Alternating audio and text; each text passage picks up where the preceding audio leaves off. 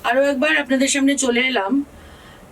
আচ্ছা, একটা বিষয় আপনাদেরকে জানাই মানে আপনারাও জানেন, বুঝতে পারেন, টের পান, আমরা সবাই টের পাই যে মানুষে মানুষে বিভেদ তৈরির সুলভ হাতিয়ার, সব থেকে সুলভ হাতিয়ার হচ্ছে ধর্ম।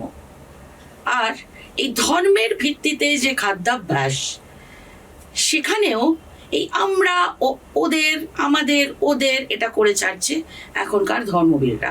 তো আজকে আমরা মূলত এই আলোচনাতেই থাকবো। আর আমাদের সঙ্গে এই মুহূর্তে রয়েছেন আমাদের যে অতিথি এসেছেন, আমাদের সময় দিয়েছেন খানিকটা, তিনি হচ্ছেন থিয়েটার অ্যাক্টিভিস্ট জয়রাজ ভট্টাচার্য। জয়রাজ, তোমাকে স্বাগত জানাচ্ছি আমাদের নিউজ কোম্পানিতে।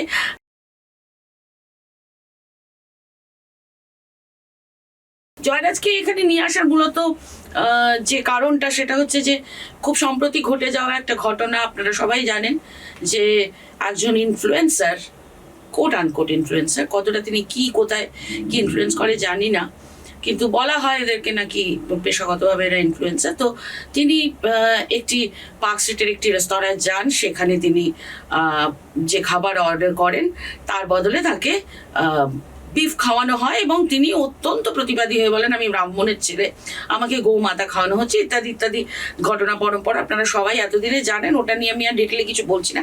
মোটামুটি এইটার ভিত্তিতে আজকে আমরা জয়রাজের কাছে আসবো, কারণ জয়রাজ এই ঘটনাটার অনেকটা গভীরে গিয়ে ঘটনাটার সাক্ষী থেকেছে বা এর সঙ্গে এই বিষয়টি নিয়ে কাজ করেছে। তো আমাকে একটুখানি যদি জয়রাজ তুমি বলো যে এক্স্যাক্টলি কি ঘটেছিল, সেটা কি সামনে এসছে?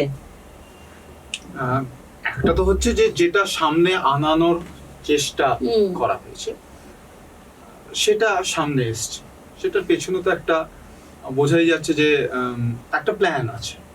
সেটা ভিডিও করা হবে কেন এবং একটা বিশেষ সময় থেকে ভিডিওটা করা হয়েছে, এমন নয় যে পুরো ঘটনাটার আমরা ভিডিও পাচ্ছি। এমনকি যে উত্তপ্ত বাক্য বিনিময় বা তার তরফ থেকে উত্তপ্ত অন্য তরফ থেকে একটা অ্যাপোলজেটিক যে বাক্য বিনিময় আমরা ভিডিওটাতে দেখতে পাই, সেটা কিন্তু একেবারে শুরু থেকে দেখতে পাই এমন না, একটা মাঝখানের একটা জায়গা থেকে আমরা দেখতে পাই, যে জায়গা থেকে ওই ইনফ্লুয়েন্সার তিনি দেখাতে চান আমাদের।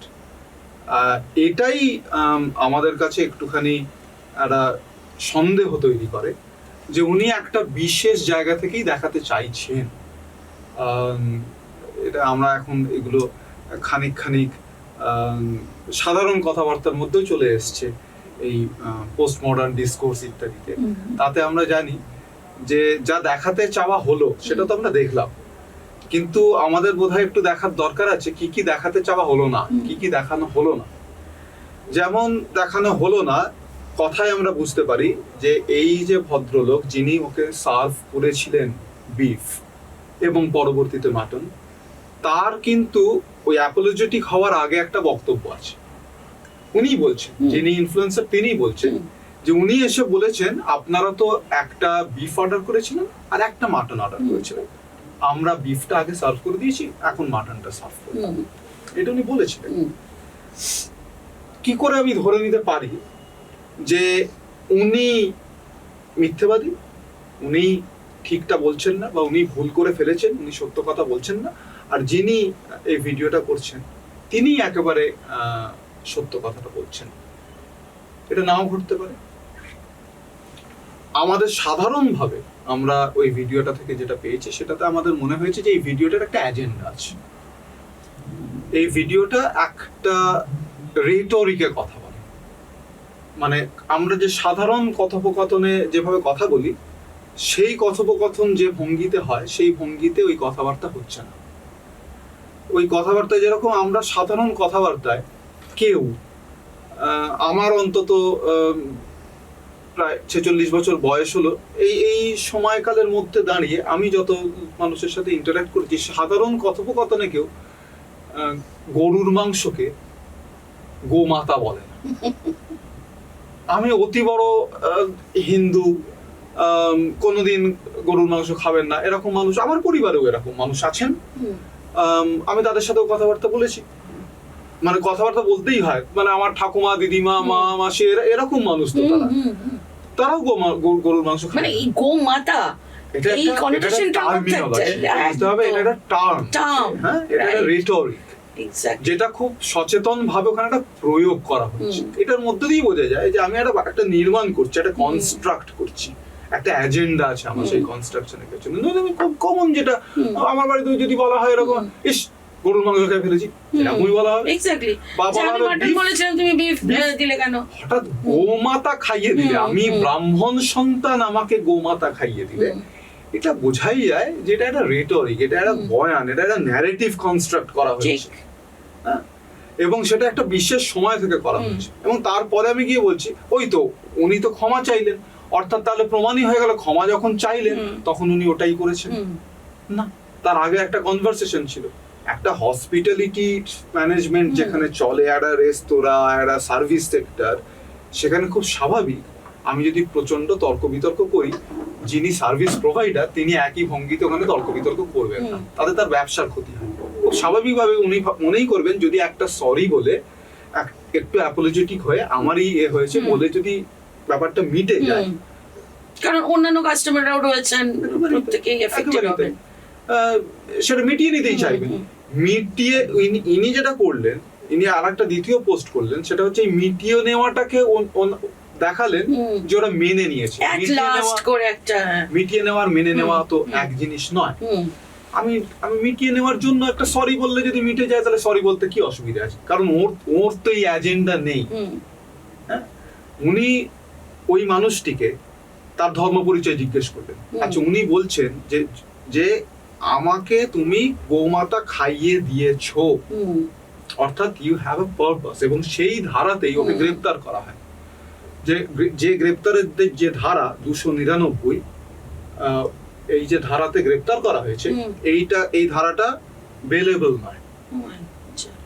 এই ধারাটা মানে থানা বেল করে দিতে পারবে না, ম্যাজিস্ট্রেটের কাছে গিয়ে বেল দিতে হবে, যা নিয়েছেন উনি। এমনকি এই ধারাটা এমনই স্ট্রং একটা ধারা, যে ধারাতে এই যে উনি পরে বললেন না যে আমি প্রত্যাহার করে নিচ্ছি, ফেসবুকে উনি লিখলেন, মানে ইনফ্লুয়েন্সার বললেন, এইভাবে প্রথমত প্রত্যাহার করাই যায় না। মানে কিছু ধারাতে করা যায়, কিন্তু এই যে ধারা উনি লাগু করেছেন তাতে করা যায় না। It's a very grave serious allegation, যে ইচ্ছাকৃতভাবে, আনকনসিয়াসলি, অ্যাক্সিডেন্টালি না, ইচ্ছাকৃতভাবে আমার ধর্মে আঘাত করার জন্য একজন মানুষ এই অ্যাক্ট করেছেন, এইটা উনি বলছেন। আচ্ছা, এটা যদি উনি বলেন, তাহলে প্রথম যে প্রশ্নটা আসে সেটা হচ্ছে, উনি যে ব্রাহ্মণ সন্তান, উনি যে হিন্দু, এবং উনি যে গোমাংস খান না, এই তিনটে জিনিস ওয়েটার ভদ্রলোক কি জানতেন? উনি জানিয়ে এসেছিলেন? কোথাও এরকম কোনো ব্যবস্থা রয়েছে যে অলিপাবে ঢুকতে গেলে লিখতে হয় তার ধর্ম পরিচয়, তাকে সই করতে হয়, যাতে নাম দেখে অন্তত বোঝা যায় তার ধর্ম পরিচয় কি?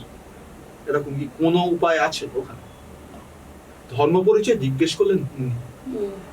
অর্থাৎ বোঝা যায় যে একটা সোশ্যাল আনরেস্ট তৈরি করতে চাইছিলেন। যে আনরেস্টটা তৈরি, এবারে আনরেস্টের কনসিকুয়েন্সেস কত বড় হবে সেটা উনি জানেন কি জানেন না, ইটস এ ডিফারেন্ট থিং। আমি এত বড় অভিযোগ বিরুদ্ধে আনবো না যে উনি দাঙ্গা লাগানোর অভিপ্রায় এটা করছিলেন, সেটা হয়তো না হতে পারে। ও খুব পার্সোনাল ফায়দা থেকেও করতে পারে। একটা আনরেস্ট তৈরি হবে, তাতে ওর ভিডিওটি ভাইরাল হবে, যেটা হয়েছে। ভিডিও ভাইরাল হবে, তারপর কোনো ব্যক্তি বিশেষ দলের একটু আনুকূল্য পাবে, একটু অসুবিধা হবে হয়তো এরকম। কিন্তু আজকের যা পরিস্থিতি আমাদের শহরে, তাতে এইটা শুধুমাত্র একটা ছোট্ট ইরেসপন্সিবল ঘটনা উনি ঘটিয়ে ফেলেছেন এরকম বিষয়টা নয়। এর পরিণতি ভয়ানক হতে পারতো, এখনো কি হতে পারে নো ওয়ান নোজ। হঠাৎ করে তো অলিপাবটা আলিপাবই হয়ে গেল দেখলাম। এটাও খুব একটা উইকেন্ডের দিন, মানে জানুয়ারি মাসের উইকেন্ড, একটা রেস্তোরাঁ, অলিপাবের মতন চালু রেস্তোরাঁ যদি 2 দিন বন্ধ থাকে, তার ব্যবসায়িক ক্ষতির পরিমাণ কিছু কম নয়। উইকেন্ডে 2 দিন, শনিবার এবং রবিবার 2 দিন পর পর অলিপাব বন্ধ থেকেছে। এবং অলিপাবের যারা মালিক, তারা ধর্মে মুসলমান নয়, তারা পারসি, মার্জিনালেরও মার্জিনাল। মানে আমরা যে সংখ্যালঘু বলছি, যে সংখ্যালঘু, মানে সংখ্যালঘুর মধ্যেও সংখ্যালঘু হচ্ছেন তারা। এবং তুমি জানো যে কলকাতা শহর, বোম্বে শহর, তার যে সংস্কৃতি, তার যে ইনক্লুসিভ সংস্কৃতি, তার যে কসমোপলিটন চরিত্র, এই চরিত্র তৈরি হওয়ার পেছনে পার্সিদের অবদান অনেক অনেক অনেক অনেক। মানে এই যে ধরো তুমি যে ভঙ্গিতে আজকে শাড়ি পরো, সেই শাড়ি পরার যে ধরন, সেই ধরনটাও কিন্তু ওদের হাত ধরে আসছে কলকাতা শহরে। হ্যাঁ, ঠাকুর বাড়িতে একদম প্রথম জ্ঞানদানন্দিনী দেবী তিনি ওদের হাত ধরে আসছে। শোনো, আমাদের সংস্কৃতির একটা বড় অংশ ওরা। এবং ওই রেস্তোরাঁতে যেটা বলে অ্যাটাক করা হচ্ছে এই ভিডিওটাতে, সেই অ্যাটাক করার জায়গায় ওই রেস্তোরাঁতে নেই। কারণ এরকম খুব কম রেস্তোরাঁ রয়েছে যেখানে একই সাথে বিফ এবং পর্ক দুটোই সার্ভ করা হয়। সো মানে কি বলবো, এটা এক হচ্ছে অত্যন্ত ইরেসপন্সিবল তো বটেই, একই সাথে অত্যন্ত ইম্যাচিওর একটা মুভ এই ইনফ্লুয়েন্সারের তরফে ঘটেছে। তোমরা তো ওর নামে কমপ্লেন করেছো, যেটা এফআইআর হিসেবে অ্যাকসেপ্টেড হয়েছে, তো সেটার পরিণতিটা কি হবে, মানে বা সেটা কি হতে চলেছে, কেসটা কোথায় দাঁড়িয়ে এখন? এক নম্বর কথা অদিতিদি, যে আমরা একজনের নামে অভিযোগ জানিয়েছি আর উনি একজনের নামে অভিযোগ জানিয়েছেন। হ্যাঁ, উনি যার নামে অভিযোগ জানালেন তাকে সেই মুহূর্তে গ্রেফতার করা হলো, তার 3 দিনের জেসি নেওয়া হয়। তিনি এই শহরে এসে 3 রাত জেল খাটলেন। এবং যেরকম আমি বললাম, তার বিরুদ্ধে যে অভিযোগটি আনা হয়েছে তাতে যে ধারা দেওয়া হয়েছে সেটা 299। এই 299 ধারা আমি প্রত্যাহার করে নিচ্ছি বললেও প্রত্যাহার করে নেওয়া যায় না, থেকে যাবে মামলাটা ম্যাজিস্ট্রেটের এজলাসে চলবে। আর আমরা এতগুলো মানুষ যার বিরুদ্ধে অভিযোগ, তোমাদের অভিযোগটা কোন ধারায় মূলত?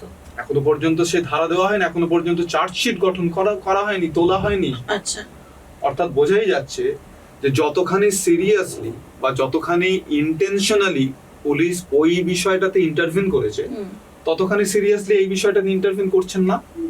এবং এই যে করছেন না, এইটাকে অন্তত আমি ব্যক্তিগত স্তরে অন্তত আমি একটা মেজরিটেরিয়ান কালচার হিসেবেই দেখছি। আচ্ছা, যদি মানে আমি আরো অগ্রসর হয়ে এটাকে এখনই টোটালিটেরিয়ান বলছি না, টোটালিটেরিয়ানটা আরেকটু বেশি অভিযোগ, মানে সহজ ভাষায় বলতে চাইছো সংখ্যা গুরুদের প্রতি, সংখ্যা গুরুর দাপট দেখানোর যে সমস্যা, পক্ষপাতিত্ব, একদম পক্ষপাতিত্ব, একেবারেই তাই। শুধু সংখ্যাগুরু কেন, শুধু সংখ্যাগুরু তো বটেই, তার সাথে সাথে তার সামাজিক প্রতিপত্তি, তার অর্থনৈতিক সঙ্গতি, এই সমস্ত কিছু মাথায় রাখা হয়েছে।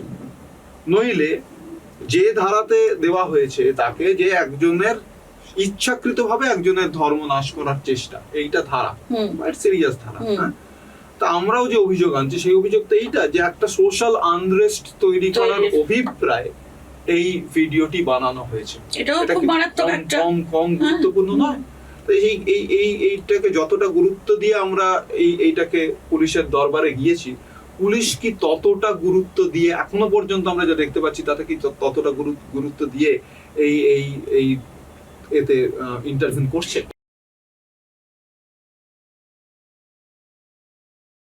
এটা কি এরকম কোনো কারণ হতে পারে যে বিষয়টাকে আর বাড়তে দিচ্ছে না, চেপে দেওয়ার চেষ্টা হচ্ছে, যে যাতে আরো আনরেস্ট কিছু তৈরি না হয়? এরকম কোনো সৎ উদ্দেশ্য থাকতে পারে? বলার চেষ্টা করছি, যদি বিষয়টাকে বাড়তে না দেওয়ার হয়, আচ্ছা মানে অন্তত খাতায় কলমে পুলিশের ভূমিকা কি হয়? পুলিশ তো প্রোটেক্টর, এই যেটা তুমিও বলছো, সেটা হচ্ছে পুলিশ এক ধরনের প্রোটেক্ট করার চেষ্টা করছে, হ্যাঁ, সোশ্যাল লাইফকে প্রোটেক্ট করার চেষ্টা করছে। তাই যদি হয় তাহলে প্রোটেকশনের প্রাথমিক দরকার কাজ ছিল ওই মুহূর্তে, প্রোটেকশনে একদম সাধারণ সাদা চোখে দেখলে প্রোটেকশনটা কার প্রয়োজন ছিল? তাহলে তাকে আমি জেল খাটিয়ে দিলাম 3 রাত, এইটা হচ্ছে প্রোটেকশন দেওয়া? এইটা আমি চাইছি সোশ্যাল আনরেস্ট না হোক? এটা যদি হতো তাহলে তো প্রথম যেটা ঘটতো সেটা হচ্ছে এই সোশ্যাল ইনফ্লুয়েন্সারটিকে বলা যে ভাই এটা তুমি যথেষ্ট ভালো নজির রাখছো, তার বিরুদ্ধে পুলিশ প্রথমে সুমোটো করতো, আমাদের যেতে হতো না। এটা আমাদের যেতে হলো, এত মানুষকে যেতে হলো, একজন আমি গিয়েছি এরকম নয়। এই যারা রাত দখল কর্মসূচি নিয়েছিলেন তারা গিয়েছেন, যারা নাগরিক অধিকার নিয়ে কাজ করেন এপিডিআর তারা গিয়েছেন, হ্যাঁ, অনেক অন্য মানুষ, সাধারণ মানুষ তারা গিয়েছেন। তো এত এত মানুষকে যে যাওয়ার তো কথা ছিল না, ওই ক্ষেত্রে তো তা ঘটেনি। ওই ক্ষেত্রে ঘটনাটা ঘটলার সঙ্গে সঙ্গে ঘটলো, তাকে তুলে নেওয়া হলো। তো এ তো পুলিশের নিজের ভূমিকা পালন করার ছিল এক্ষেত্রে। মানে শুরুতেই যদি প্রোটেকশনের ওই সৎ উদ্দেশ্য বা মহৎ উদ্দেশ্য থাকতো, শুরুতেই ওই বিষয়টাকে বলতে এটা নিয়ে বাড়িও না। একদম। তো সেই ঘটনা তো এক্ষেত্রে ঘটেনি।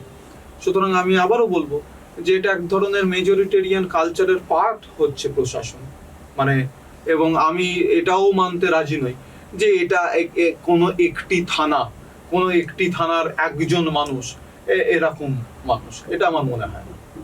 এরকম যখন ঘটে, পুলিশের মতন একটা অর্গানাইজেশন যখন এইরকম একটা কাজ ঘটায় বা এই কাজের পার্ট হয়, তখন বুঝতে হয় যে তাদের একটা কোনো কি বলবো, একটা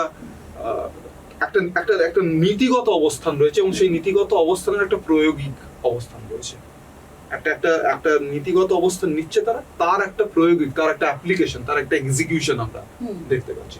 মানে এই যে নীতিগত অবস্থানটা নেওয়া হচ্ছে, এই নীতিগত অবস্থানটা যারা নীতিগত অবস্থান নিতে পারে তারা নিচ্ছে। প্রশাসনিক স্তর থেকে নিশ্চয়ই তার কাছে বার্তা আছে যে এই ধরনের বিষয়কে তুমি কিভাবে হ্যান্ডেল করবে। পার্ক স্ট্রিট থানা, এটা মানে ওখানে পার্ক স্ট্রিটে মানে পার্ক স্ট্রিট থানার ঠিক উল্টো দিকে হচ্ছে সেন্ট জেভিয়ার্স কলেজ, খ্রিস্টানদের থাকা কলেজ। তার থেকে আরেকটু গেলেই হচ্ছে পার্ক স্ট্রিট সিমেট্রি, যেখানে কবরস্থান রয়েছে।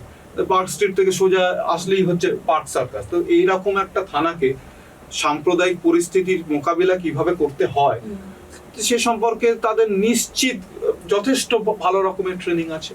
তারপরেও যখন এই ঘটনা ঘটে, তখন বুঝতেই হবে যে এই ঘটনা এমনি একটা স্ট্রে, একজন কোনো মানুষ, একজন পুলিশ অফিসার তিনি অদক্ষ সেই জন্য করে ফেলেছেন বা তার এরকম ব্যাপার নয়। বোঝা যাচ্ছে যে কোথাও না কোনো স্তরে এইটা একটা নীতিগত অবস্থান এইভাবে।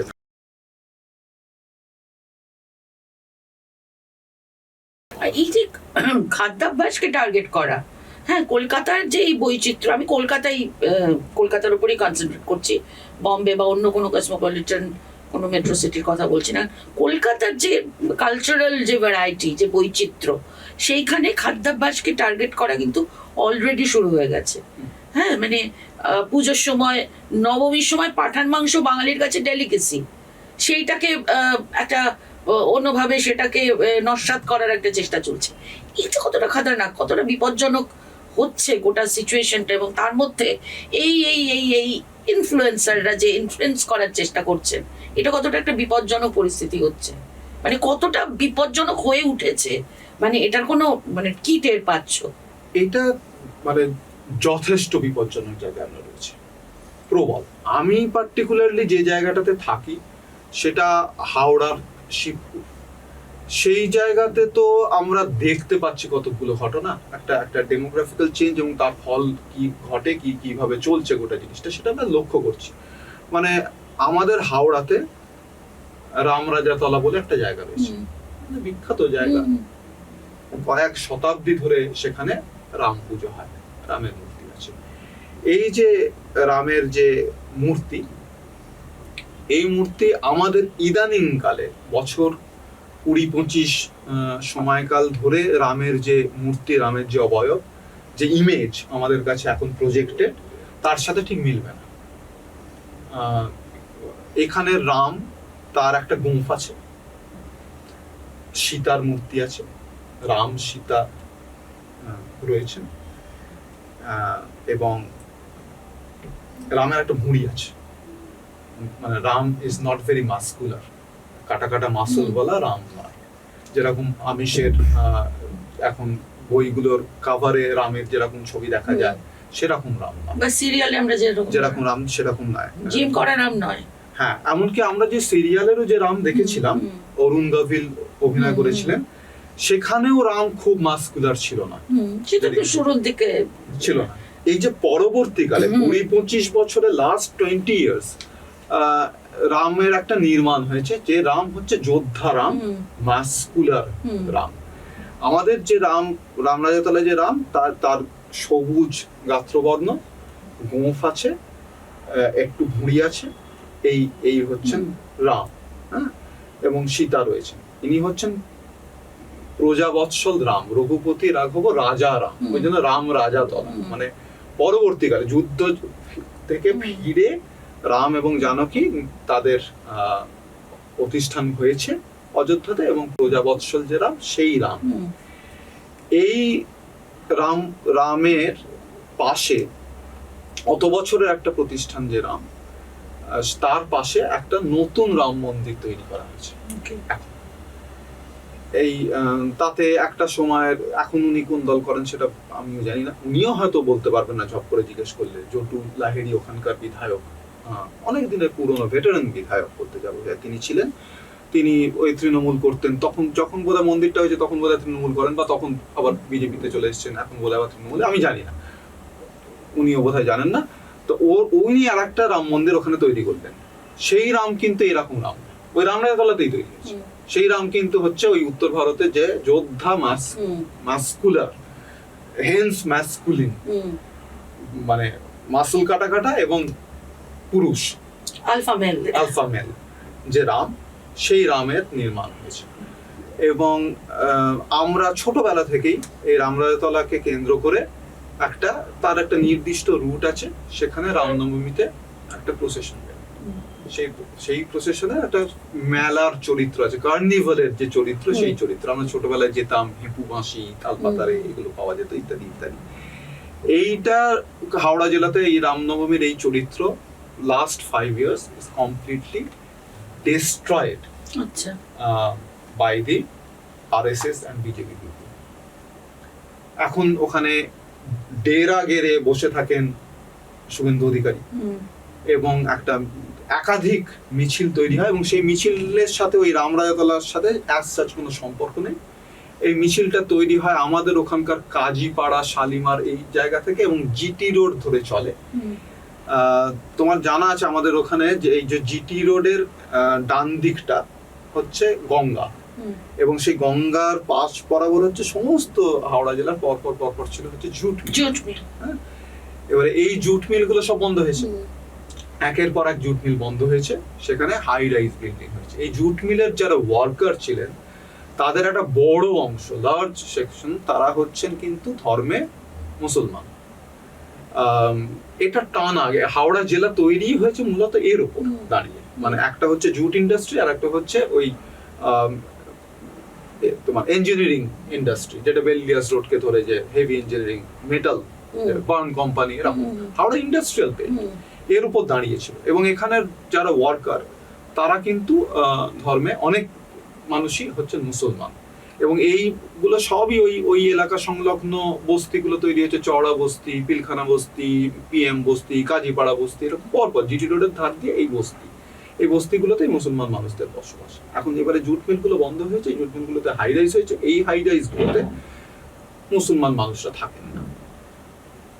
আমি বলছি থাকতে দেওয়াই হবে না, একেবারে প্রায় মানে প্রমোটার বিক্রি করবে না তাদের। আচ্ছা, একদম। এ তো আমাদের এখানে বাংলায় এই চরিত্র তো ডেভেলপ করেছে, যেখানে ওই যেরকম ওই ইনফ্লুয়েন্সারটি জিজ্ঞেস করলেন, যেরকম রেস্তোরাঁতে এখনো সৌভাগ্যক্রমে এখনো জিজ্ঞেস করা হয় না, কিন্তু বাড়ি কিনতে গেলে জিজ্ঞেস করা হয় আপনার ধর্ম পরিচয়, এবং তার ভিত্তিতে কিন্তু কলকাতা শহরেও তো মুসলমান আমাদের যারা বন্ধু বান্ধব রয়েছে, সংখ্যালঘু মানুষ, বাড়ি খুঁজতে গেলে, বাড়ি ভাড়া পেতে গেলে খুব সমস্যা, তাকে দেখিয়ে দেওয়া হয় যে ওই পাড়াতে গিয়ে থাকো, এটা করা হয়। তো ওই বাড়িগুলোতে মূলত তারা থাকেন, এবং তার ফলে তারা এই মিছিলটাতে তারা পার্টিসিপেট করেন, এবং মিছিলটা যায়, এবং এই মিছিলটা থেকে অত্যন্ত প্রভোকেটিভ স্লোগান দেওয়া শুরু হয়, যেগুলো খুব বিপজ্জনক স্লোগান, এবং মুসলমান ধর্ম সম্প্রদায়ের ক্ষেত্রে ডিমিনিং স্লোগান। ওই যেরকম আমরা জানি এগুলো, আমি আর স্লোগানটা আলাদা করে নতুন করে বলছি না, কারণ আমি চাইবো না ওই স্লোগানগুলোকে বলতে, কিন্তু ডিমিনিং এটা একদম ক্রিয়েট করার চেষ্টা, মানে একদম মানে খুব সচেতন ভাবে একটা আনরেস্ট তৈরি করা, এক ধরনের দাঙ্গা পরিস্থিতি তৈরি করা, একদম সচেতন প্রয়াস রয়েছে এই গোটা জিনিসটার মধ্যে দিয়ে। তো এইটা আমাদের বাংলার এই মুহূর্তের হাল। এবং এটা অনেক দূরে নয়, ওই যেখানে ঘটছে অ্যাকচুয়ালি আমাদের যদি রাজধানী কলকাতা আমরা জানি, কিন্তু প্রশাসনিক দপ্তরটা এই মুহূর্তে হাওড়ায়, নবান্ন। এই নবান্ন থেকে 1-1.5 কিলোমিটার রেডিয়াসের মধ্যে আমি যে ঘটনার কথা বললাম, সেই ঘটনা কিন্তু ঘটছে 1-1.5 কিলোমিটার রেডিয়াসের মধ্যে। অর্থাৎ এটা আমাদের যে আরবান মিডল ক্লাস যে ইন্টেলিজেন্সিয়া, তার মধ্যে এটা প্রথিত হয়ে গেছে। এটা এমন নয় যে এটা খুব এলিয়েন একটা জিনিস আমাদের কাছে আসছে, আহা আমরা তো এসব কিছু জানি না, নাই সাম্প্রদায়িকতা এর খুব নয়। এটা 20 বছর ধরে মোটামুটি ওদের তরফ থেকে সোশ্যাল ইঞ্জিনিয়ারিংটা, নেগেটিভ সোশ্যাল ইঞ্জিনিয়ারিং, যেখানে মানুষের বিভেদ বাড়ানোর যে এটা শুরু না, এটা ছড়িয়ে গেছে। এটা যথেষ্ট, এই ভাইরাস যথেষ্ট স্প্রেড করে গেছে এখন সোসাইটিতে। ওরা সেই দিক থেকে ওরা যথেষ্ট এটা পেরেছে। উল্টো দিক থেকে রাদার আমরা বলবো যে আমাদের যে সেকুলারিজমের বার্তা এবং সেকুলারিজমের যে মানে যে চেতনা, যে ভাইচারার যে মাহল, সেটাকে আমরা লস করেছি।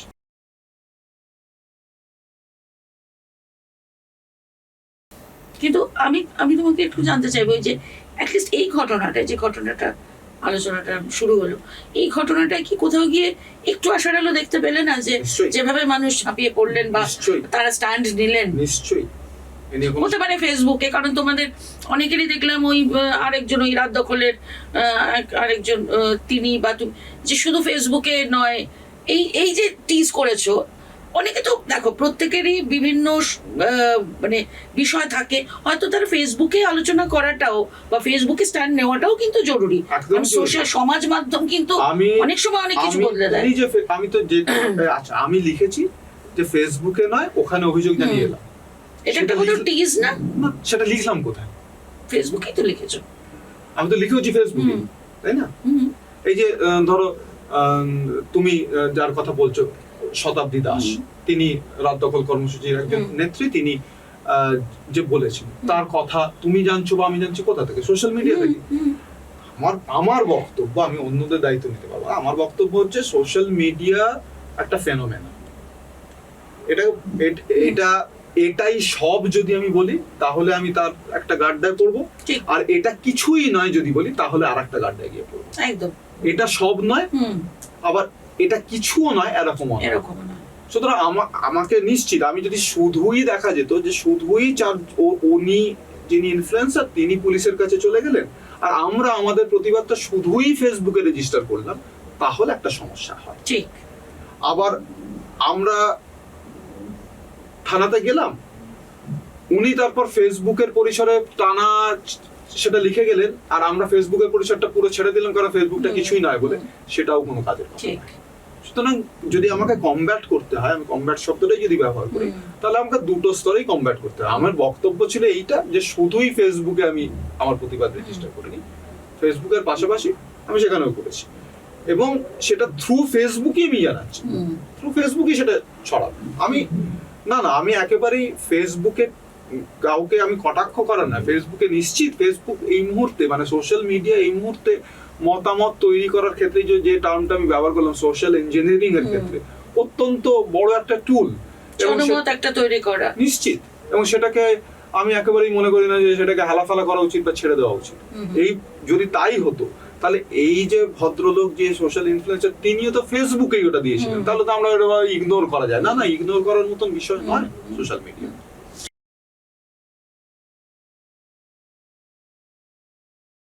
তো কাজেই এইটা কতটা আশাবাদী তুমি, যে যেভাবে মানুষ রিয়াক্ট করলেন এই গোটা বিষয়টাতে, বিভিন্ন জায়গাকার মানুষ, তো সেটাতে তুমি কতটা আশার আলো দেখলে?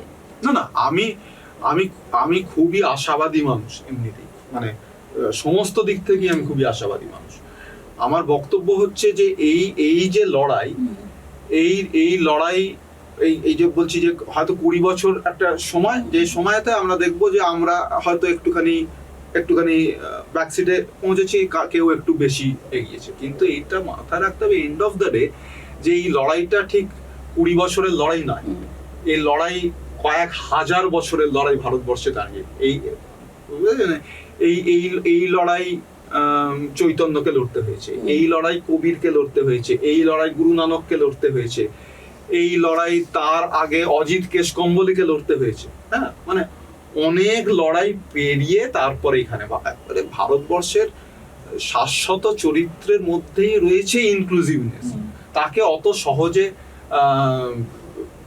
ধূলিসাৎ করে দেওয়া যাবে?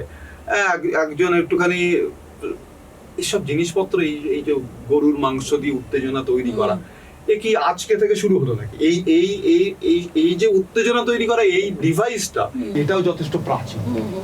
এসব আমাদের জানা রয়েছে।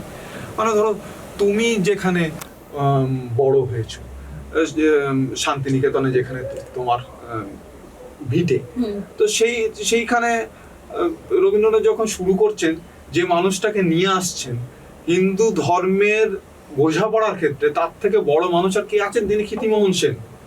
এবারে ক্ষিতিমোহন সেন যে লিখছে যা, তা যদি আমরা দেখি তাহলে বুঝতে হবে যে এই যে এরা বলছেন না যে হিন্দু ধর্ম খতরে মে হ্যায়, হিন্দু ধর্ম বিপদের মধ্যে রয়েছে। হিন্দু ধর্ম বিপদের মধ্যে রয়েছে এই কারণে যে হিন্দু ধর্ম কতকগুলি স্টুপিডের হাতে গিয়ে পড়েছে, তাই জন্য বিপদে। হিন্দু ধর্ম যদি ক্ষিতিমোহন সেনের মতন যে মানুষ, তাদের হাতে যদি হিন্দু ধর্ম থাকতো, তাহলে হিন্দু ধর্ম সুরক্ষিত থাকতো। হিন্দু ধর্ম এরকম মানুষের হাতে গিয়ে পড়লে অসুরক্ষিতই থাকবে, খাতরেমেই থাকবে, কিছু করার নেই। কারণ যারা এই কথাগুলো বলছে তারা তো মানে হিন্দু ধর্মের ঠেকা যারা নিয়েছেন, দায়িত্ব তুলে নিয়েছেন কাঁধে, তাদের কাঁধ অতটা চওড়া নয়। তারা খুব ভালো করে ব্যাপার স্যাপার জানেন না। বহন করাটা আর কি তাদের কম্য না, না একেবারেই নয়। তাদের এজেন্ডা আছে, তারা ব্যবসায়ী। তারা বেসিক্যালি কিছু এই সোশ্যাল ইনফ্লুয়েন্সারটি একটি ছোট উদাহরণ, যিনি তার ভিডিওর রিচ বাড়িয়ে কিছু উপার্জন করতে চাইছেন, একটা ছোট আনরেস্ট তৈরি করে।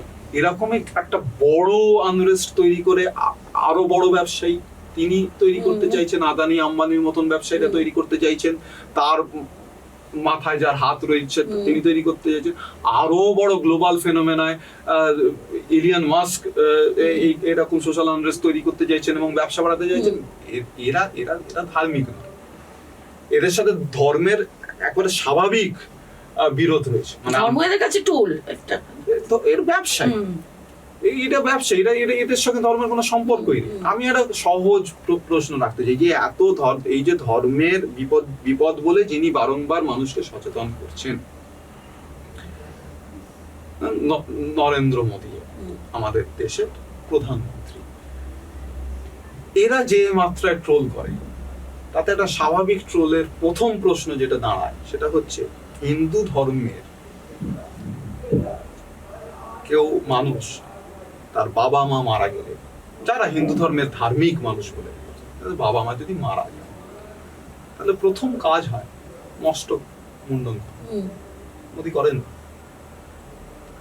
মোদীর যে ইমেজ তৈরি করা রয়েছে, তার মানে ছবিতে যা আসে, ভিডিওতে যা আসে, সেই ইমেজটা মিলবে না। মস্তক মুন্ডন করলে কেমন দেখায় বোঝা যাবে না। উনি করেন, ওই রিস্ক উনি নেন। সুতরাং যিনি সমস্ত মানুষকে বলছেন এইটা বিচ্যুতি হলো, ওইটা ঠিক হলো না, এরা শ্রাবণ মাসে কেন মাছ খায়, ওরা কেন ব্রাহ্মণ হয়ে গরু খাচ্ছে, ইত্যাদি ইত্যাদি, এ সমস্ত হচ্ছে তার বড় ব্যবসার ব্যাপার। এই যে বলা হচ্ছে যে আমার ঠাকুর, যে যদি দেখা যায়, আমি জানি না, আমি আমার ঠাকুমাকে আমি দেখিনি সেভাবে, কিন্তু আমি বলার চেষ্টা করছি ওই জেনারেশনের কোনো মানুষ, মুসলমান মানুষ বাড়িতে এসছে, এরকম মানুষ আমরা দেখেছি। মানুষ বাড়িতে এলে তারপরে তিনি চলে গেলে পরে ওই জায়গাটা উঠোন গোবর নিকিয়ে নেওয়া হলো, এসব করতেন। তো তা এই যিনি এখন শেখাচ্ছেন এইসব বিষয়, সাজেশন দিচ্ছেন আমাদের কিভাবে চলতে হবে, কিভাবে থাকতে হবে, আর তিনি যখন গরুখোর তাদের ভাষায় ডোনাল্ড ট্রাম্পের সাথে করমর্দন করেন, তারপর কি ওখানে রাষ্ট্রপতি ভবন গোবর নিকিয়ে নেন ভালো করে, ম্লেচ্ছ, আর তাদের টার্মে তো ম্লেচ্ছ। হ্যাঁ, তাহলে কি করে হয়? করেন উনি? করেন, কারণ উনি ওটা স্প্রেড করবেন উনি। উনি নিজে ওটা পালন করবেন না, ব্যবসা নষ্ট হবে তার, এটা পরিষ্কার। উনি অ্যাবসলিউটলি জানেন কি করতে হয়, কোথায় করতে হয়, কতটা করতে হয়, সব জানা। উনি যারা যে মানুষের, এই যে কিছুদিন আগে চীনের থেকে ডেলিগেশন এলো, উনি কি আচ্ছা আমাদের সাথে মানে আমরা যারা বামপন্থী মানুষ তাদের সাথে চীনের যে মুহূর্তে হয় চীনের দালাল, মাকু ইত্যাদি তো করা হয়, তা চীনের যারা ডেলিগেশন এলো তাদের কি মাকু বলে সম্বোধন করেছিলেন নাকি? করেননি নিশ্চয়ই। সুতরাং এটা স্প্রেড করার বিষয়, এটা তলায় তোমরা ডিভাইড অ্যান্ড রুল, এটা তোমরা এই নিয়ে থাকো, এই নিয়ে মারামারি করো, ঝঞ্ঝাট বাঁধাও, লড়ো, আমরা দেশটা চালাই, চালানোর নামে দেশের নামে ব্যবসা করি, দেশের সম্পদ বিক্রি করি। এইটা হচ্ছে সহজ গল্প, সহজ ন্যারেটিভটা আসলে এইটা। এক্স্যাক্টলি।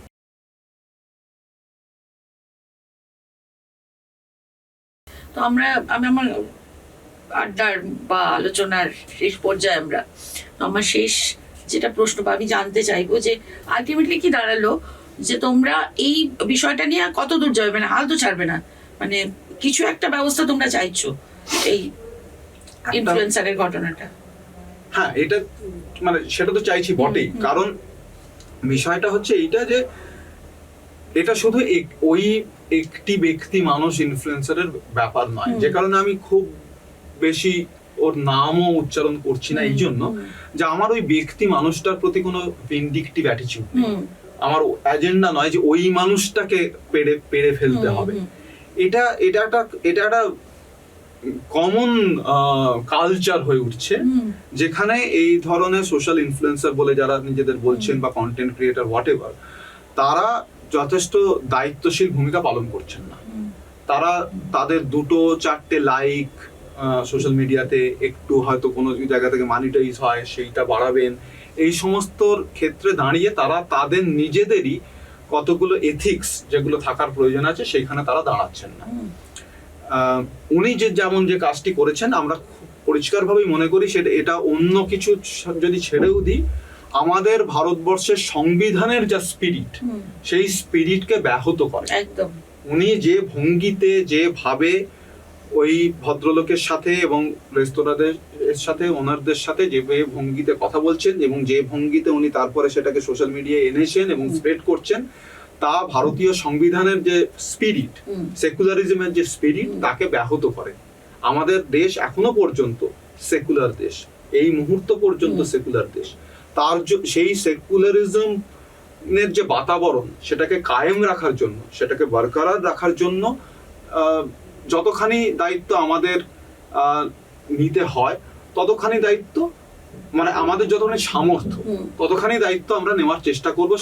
সেইটুকু আমরা কি বলবো, সেইটুকু আমরা অ্যাসিওর করতে পারি, সেইটুকু আমরা বলতে পারি, সেইটুকু প্রত্যয় আমরা রাখছি যে হ্যাঁ আমরা এইটা করব। আমরা কোনো ব্যক্তি মানুষের বিরুদ্ধে বিষয়টা না, বিষয়টা হচ্ছে যে আজকে এই মুহূর্তে আমাদের মনে হচ্ছে যে সংবিধান কোনো না কোনো ভাবে, আমাদের যে সংবিধান আমরা অর্জন করেছিলাম, সংবিধান কেউ আমাদের দয়া করে, করুণা করে দিয়ে যায়নি, আমাদের অর্জন এটা। হ্যাঁ, এর পেছনে প্রচুর ঘাম, রক্ত, অশ্রু আমাদের পূর্বজ যারা তারা দিয়েছেন, অনেক অনেক অত্যাচার সহ্য করে তারপর দেশ স্বাধীন হয়েছে, এবং স্বাধীন দেশে একটা স্বাধীন সংবিধান আমরা অর্জন করেছিলাম। সেই অর্জনকে আমরা এত সহজে হেলাফেলা করতে পারি না, এইটাই আমার বলার কথা। সেইটা আমরা করব না। আমাদের কাছে এই মুহূর্তে দাঁড়িয়ে এই সংবিধানের যে স্পিরিট, যে ইনক্লুসিভনেস, সেই স্পিরিটকে যে কোনো মূল্যে আমাদের রক্ষা করতে হবে, এই অর্জনকে আমাদের রক্ষা করতে হবে, এইটা আমার বলার কথা, মুদ্রা কথা। থ্যাংক ইউ ভেরি মাচ আমাদের সময় দেওয়ার জন্য। আমরা আশা করি মানে একটা বিষয় আমাদের সামনে একটুখানি পরিষ্কার হলো যে ঠিক কোন উদ্দেশ্য নিয়ে জয়রাজের মতো অ্যাক্টিভিস্টরা আজকে পথে নামছেন। আমাদের বোধহয় একটা মরাল ডিউটি আছে যে আমরাও এদের পাশে থাকবো, বা আমরাও বোঝার চেষ্টা করব যে গোটা পরিস্থিতিটা আসলে কি। এই স্বচ্ছতাটুকু বা এই বোধটুকু আমাদের মধ্যে সঞ্চারিত হোক, আপনাদের পাশে আমরা পাবো, এরকম আশা থেকে আজকে শেষ করছি আমাদের এই অনুষ্ঠান টক কর। Thank you very much.